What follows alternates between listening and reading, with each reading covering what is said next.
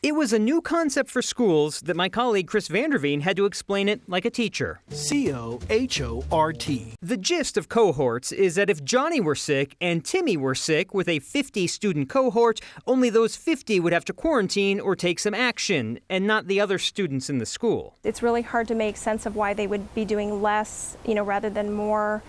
With the Delta variant spreading. Eileen Burke is a parent of a 3rd and 6th grader in Adams 12. A spokesman for the district said elementary school students are still cohorting, meaning students have the same teacher throughout the day. In middle and high school, there is more intermingling. So when you say, are there cohorts in school? Yes, there are. If there's a classroom of students and their teacher or teachers, in their sessions, that's a cohort. Dr. Bernadette Albanese is an epidemiologist with Tri-County Health. She said studies in other states from last school year showed student-to-student transmission not as aggressive as adults, which leads to how schools may respond this school year. If there's a case that occurs in a routine classroom this school year, based on the information from last year, we are willing to say, all right, if there was, a single case in the classroom, you don't have to quarantine everybody in the classroom. For Mom Eileen, it's lunch that is most concerning when kids who are not or cannot be vaccinated are together without masks. Today, I actually went to